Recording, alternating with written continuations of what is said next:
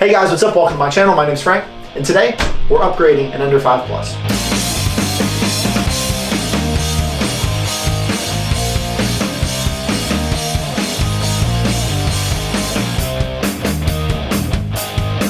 So this is a continuation to a little ongoing collaboration with Creality. Again, big thank you and huge shout out to Creality 3D for sending me this Ender-5 Plus to do this project with. If you caught the previous video where we unboxed and assembled and got this thing kind of calibrated and set up, you'll know that we're going to be building an Iron Man bust. Now, I've had this printer running for a little bit. Obviously, it's still kind of my printer, so it's been putting in a little bit of work for me.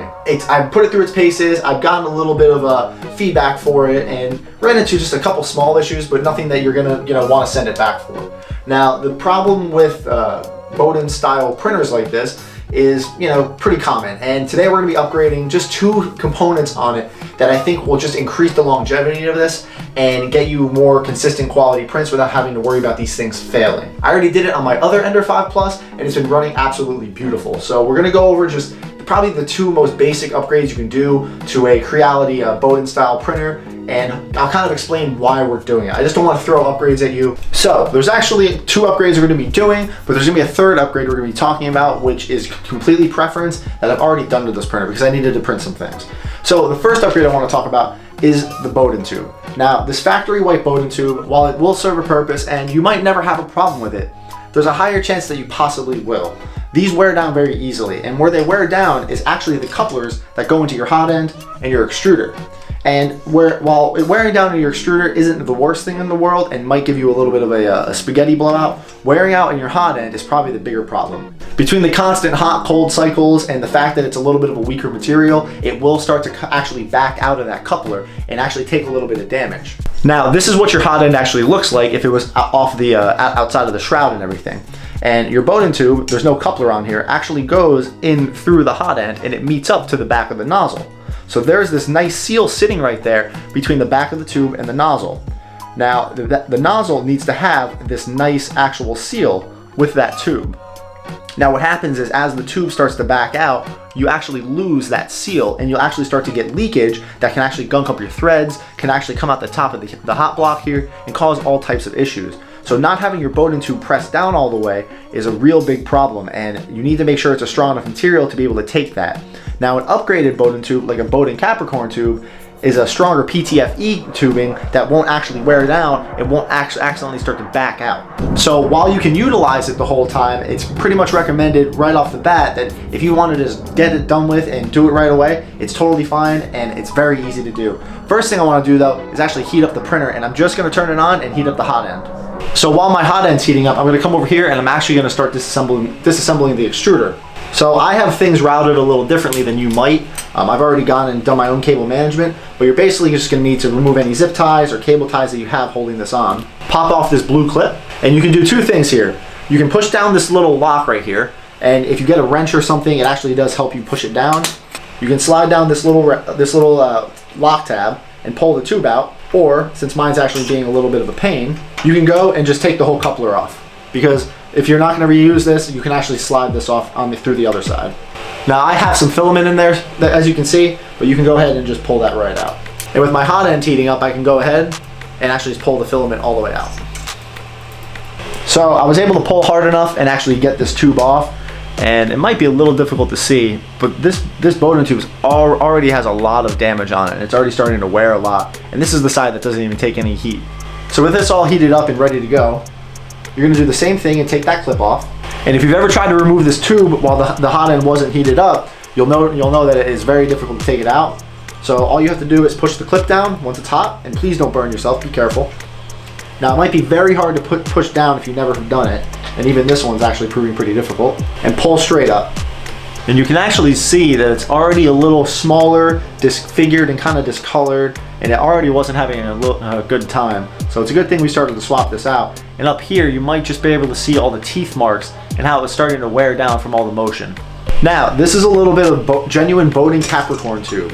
And this is probably some of the best stuff you can get. It's very, very high quality PTFE tubing, and it won't suffer the same failures that the white tube will. So this came in like a 3-meter roll, and I just have tons of it. So I'm gonna use the factory white tube to size this up. Now I'm gonna go and actually cut a little bit too long of a length with just a rough cut, And then what you're gonna make sure you do is you're gonna take something, and some of the kits come with this cool little cutter, or get a razor. You need to get a nice flush cut on the end of your Bowden tube, because if you don't, on the hot end side, you're gonna fall subject to that same leakage that I was just talking about. Now you have 2 shots at this, theoretically, because if you mess up one side, you can put that on your extruder side, and if you don't mess it up, you can put it on the hot end side. So we're gonna put this in here and try to get the best cut possible. That looks pretty good. So your kit might come with new couplers. Now, if it's not broke, I wouldn't fix it. I'd keep this coupler in there. You can remove it if you want and upgrade it, but I'm gonna leave it in there until it fails. And it has no reason to fail. It's the tube that typically fails. But it isn't a bad idea to look inside of it and make sure all the teeth in there are still intact. Now, you saw how far this tube went into my hot end that was removed from the printer. This is gonna go in quite a good amount. And you can even use the old tube to size up where those teeth marks were on just how far in it went. So this went in a good amount here, so you're gonna wanna make sure that it goes in about that same distance. So go ahead and just push it in all the way. Once it's down, throw your clip back in, and that's it. Now I'd give it a little bit of a tug up to see if it does move or wobble, but that seems like it's in there pretty good. And that does it for the Bowden tube. We're gonna go and do the same thing on the other side once we swap our extruder out. The plastic extruder causes a lot of issues for people, and they don't even know that it's the problem.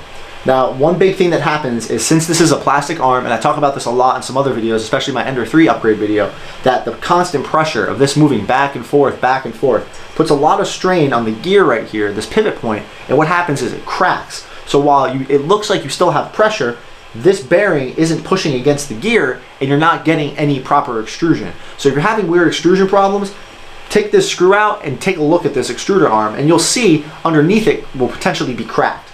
So we're gonna go ahead and remove this. Now, it's a little bit different to remove this than it is on like a CR10S or an Ender-3, because of just where everything's positioned, and it's gonna take the whole extruder motor with it. So just be careful, don't drop anything. But we're gonna go ahead and start by taking off this arm with this screw, and then there's 4 other bolts around it. And all these upgrades can be done with all the tools that come with your printer. And see, I just broke rule number 1.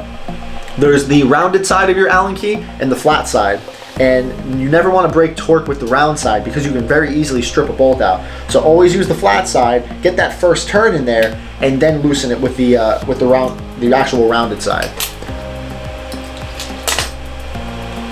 The last thing you want is to strip out one of these screws. If the bolt on your lever arm is a little difficult to spin, all you have to do is just pick up some tension on it, and it should free it up quite a good amount.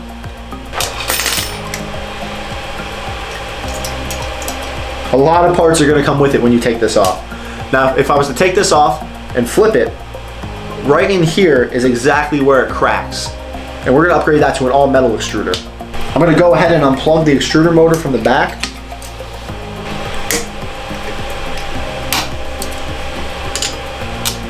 So now that I'm taking off the top 2, I'm going to hold the extruder motor up so it doesn't fall and do any damage to itself or something else. I would hate to drop this thing on my foot. It does have a little bit of weight to it. Okay, so this is your extruder. This is what extrudes the plastic, and a lot of people confuse this and think the hot end is your extruder. So this is exactly what it looks like. A nice little plastic extruder that could easily be upgraded.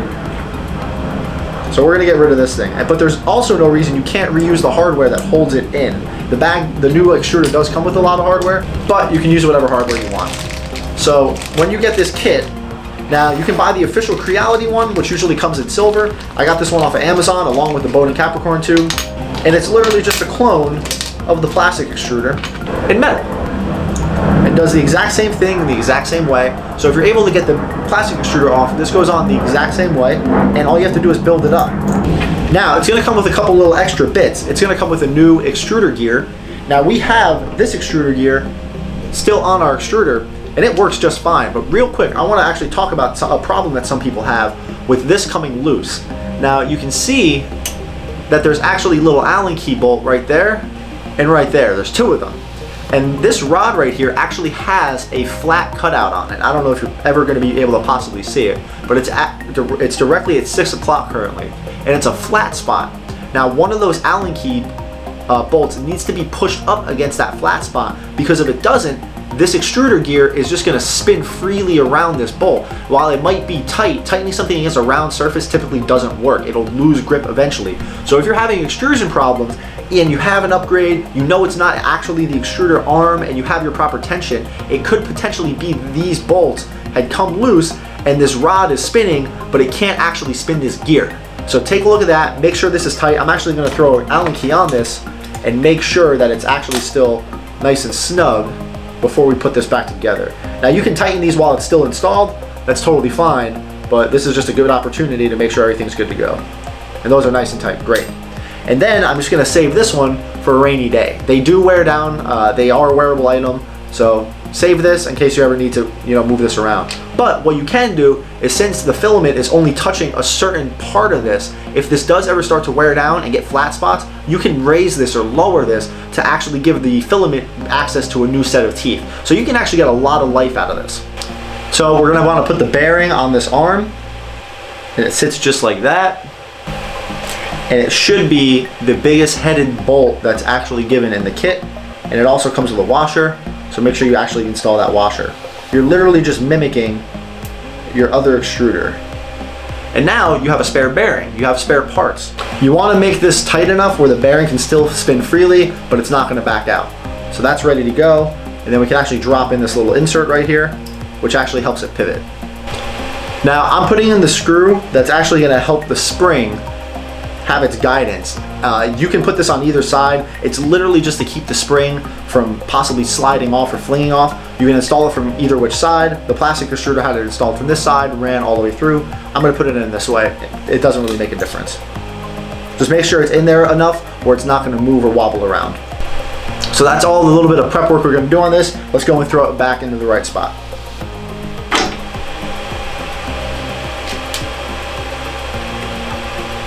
Now, while you're building this back up, you might notice that there's actually a flat-headed screw. And what this needs to do is this actually goes under where your extruder arm moves. If you put one of the fatter head screws, the extruder arm isn't gonna be able to come down, flush down all the way. So make sure you save one of those and you put it in the right spot. All right, that's looking good so far. Let's put on that flush screw. Now don't tighten everything completely all the way yet. This way you have a little bit of guidance to get the other screws in, then you can go down and snug everything. But with these three on, I would go and tighten these three because now we need to actually get this, this arm in there, and we're not gonna have access to this one. All right, let's get the arm on. And you're gonna use this really long bolt that came with the kit. Oh, we forgot a step.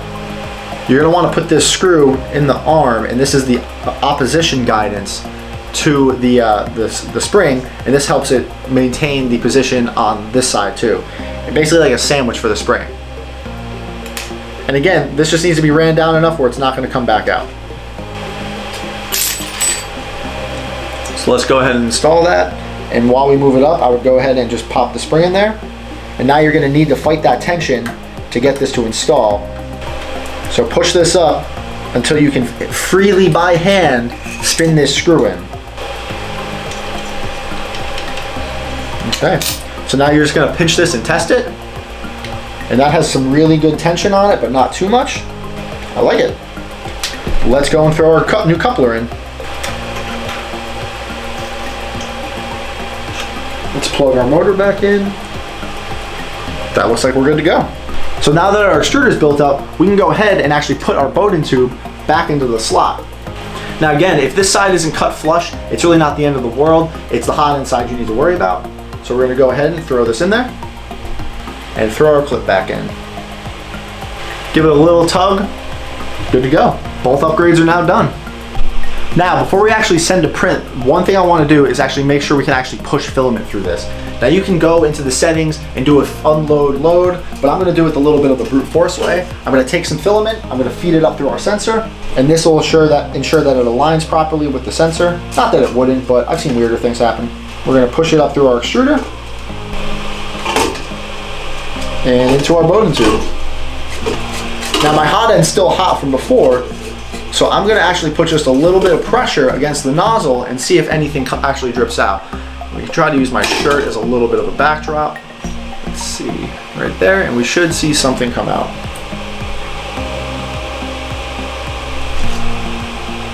That looks great. So I'm gonna pull back just a little bit so it doesn't continuously drip out. Now, I said before there was a third upgrade I've already done to this, but that we're not actually really gonna do today. And I have a upgraded nozzle actually on the printer. I have a 0.6 millimeter nozzle. The Ender-5 Plus comes with a 0.4 millimeter nozzle stock. And why did I upgrade the nozzle? Well, a bigger nozzle lets you push out more filament quicker. Now you can't just put the biggest nozzle possible. Your hot end does have limitations. Through trial and error and testing, I've printed a couple things. A 0.6 millimeter nozzle helps shave down just enough time for me on prints. I can get bigger prints a little bit quicker without sacrificing too much quality. Now you can go up with the nozzle size, you can go down with the nozzle size. They make 0.1, 0.2, 0.4, 0.6, 0.8. On a stock Creality printer like this, a 0.8 is probably the biggest you can get before you have to start thinking about upgrading your hot end to put out a little bit more heat, because it does have to melt a lot of plastic much faster. Now, if you do have a nozzle clog, you do upgrade the nozzle, you do swap it out. A good practice to get into is you want to actually just pull all the filament out and get rid of it. I'm just gonna back it up a little bit. And second, you're gonna wanna heat the hot end up. You're not gonna just wanna remove the nozzle while it's cold. You're not gonna get it off. The plastic isn't, if there's any plastic or any leakage, it's not gonna come out. Another good thing to have is a socket wrench, and they make nozzle remover tools, or don't use the wrench that comes with the kit. Don't use the open end, 3-sided wrench. You're gonna strip the nozzle out. Please don't do that. With everything nice and hot, you wanna go ahead and remove your thermal sock, and it's gonna be hot, so please be careful with it. Make sure you put that somewhere safe, and you'll have access to your hot end. Now, this socket is gonna heat up when it touches the nozzle. It's just, that's how metal works. So you're not gonna wanna hold it up here, and you're gonna wanna try to work quickly. Righty tighty, lefty loosey. And once it's hot, it should come right off. And that's our nozzle inside the socket. This is a very generic 6mm nozzle that I got off of Amazon. They have tons of kits. Read reviews, maybe get some suggestions from people. I can't really recommend a specific brand because this is like a no-name Amazon brand, but they've been working great. And they cool off so quickly that I can already touch it. So I'm gonna go ahead and put this right back in. Now, the way I'll put it in, it's a little risky. I don't recommend this. Try to use it with the socket, but you can start to hand thread it in really quickly just to get some bite. But you have to be careful because it will start to heat up very quickly. So it's just barely on there, and then I can thread it in with the remainder of the nozzle. Now this does not need to be super duper uber tight. It just needs to be snugged down, and that's it. The nozzle's back on. So you can go ahead and throw your thermal sock back on. Again, don't burn yourself, please. And that's ready to go. You just upgraded or swapped out your nozzle. So I like my 6mm, and I think that's what I'm gonna run with for quite a while. So those are my 3 upgrades done. Some other talking points I just wanted to cover about the Ender-5 Plus. Things I've noticed, this printer has been absolutely great, and it's quickly becoming my new favorite ahead of the CR10S, which, you know, helped me build Rome over here. The only problem I've actually had with this printer was just recently, the bed actually shifted while it was printing. The stock black binder clips that it comes with just quite wasn't enough. So I have this thing littered with more clips just to hold it, and I was having weird layer shifts and I just couldn't figure out why. My belts were tight, nothing was skipping, but the bed was just sliding ever so slightly, and the print was already ruined by then. Now it doesn't move. So however you can get it to stay, stronger binder clips, more binder clips, that's fine. But this premium glass bed, absolutely amazing. The adhesion on this thing is ridiculous, and I actually just got one of these type of beds for my CR10S, and I might start replacing my magnetic beds very soon. I'm starting to really like this. When you do, when the print does finish, the nozzle does auto home approximately all the way to the left, and when you turn it back on, what will happen is your BL Touch will actually hit this rod over here and go tink, and it'll go into an error state. What I've started doing is right before I power the printer on, I'll just move this over and then power it on, and the BL Touch can fire up properly. Aside from that, this printer's been absolutely great. It's been a workhorse. I've really already maxed out its size, and it hasn't missed a beat. It doesn't have any wobble because obviously it's a faux Core XY. Don't freak out. Don't drop a bunch. It's not a Core XY. The XY moves and the Z drops. It's the same concept, okay? I don't want to hear it. Anyway, the bed drops, there's no wobble, you can print much faster. I'm printing at 90 to 100mm a second, and I know some people will laugh at that, like, oh, I print at 200. I don't care, you do you. Now, having to do these upgrades aren't really anybody's fault. These are still DIY entry-level printers, even at $400, $500, $600. You're still getting a lot of bang for your buck. This is a new and emerging technology. Creality is being pretty receptive to getting these upgrades and starting to produce a lot of these things. A lot of these printers have already been made. They're not really producing these anymore. They're sitting in factories, they're sitting in warehouses, Banggood.com, Amazon. So there are a lot of printers out there that they obviously can't go and pull back and upgrade. Now, if I can get a printer like this and I only have to spend about 20 bucks on an All Metal Extruder and a Bowden Capricorn tube, you can get them in a kit on Amazon. That's still a pretty good deal. This printer is absolutely awesome. And if you're looking into something like cosplay, making props, big things, this is really an absolute great investment for it. I kind of wish I had known about the Ender-5 Plus before I got my CR10Ss, because I probably would have started with this right off the bat. The only other thing I've noticed is that my wheels on my Y gantry are a little tight. This side is making a good amount of dust on the roller wheels. It is the wheels actually starting to wear down and shred. So I do have to go and adjust that, but I don't want to adjust it so much where this wobbles left and right. So that's really my only complaint with that. Aside from that, it works great. I see people having bed leveling problems with it, and they say that their X home is all messed up.